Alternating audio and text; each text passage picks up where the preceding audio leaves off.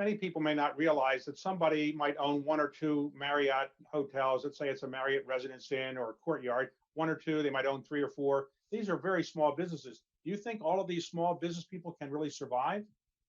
Well, it'll be interesting. I think in many respects it depends on how long it lasts.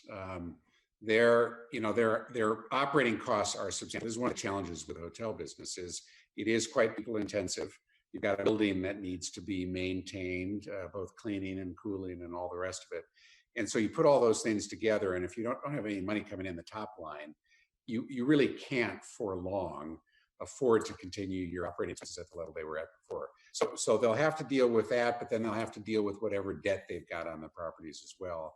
And if the lenders are prepared to play ball, and the federal government, of course, is encouraging that, and this lasts only a number of quarters, I think the lion's share will survive fine. So it won't be better for it, by the way, but they'll survive. When the world comes back, eventually it will come back. I don't know if it's 6 months, a year, 2 years. You expect you'll bring back all of your employees at some point, or you think consolidation will be such that you might not be able to bring them all back? I think as we get back to the levels we were at before, we should see the level of employment approximate the same place. I don't think it should be significantly different. I think the question really is how long does it take for us to get from here to there?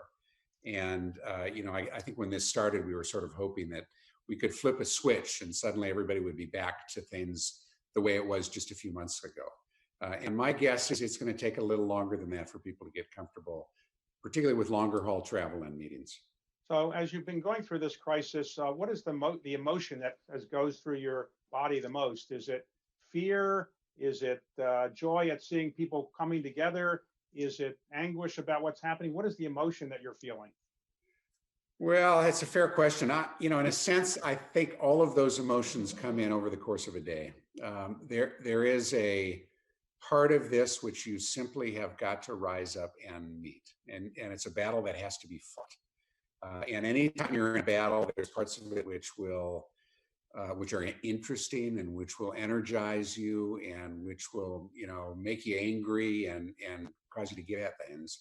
But when you've got a battle which is this profound, there are also times when you sit and look blankly and think, what do we do?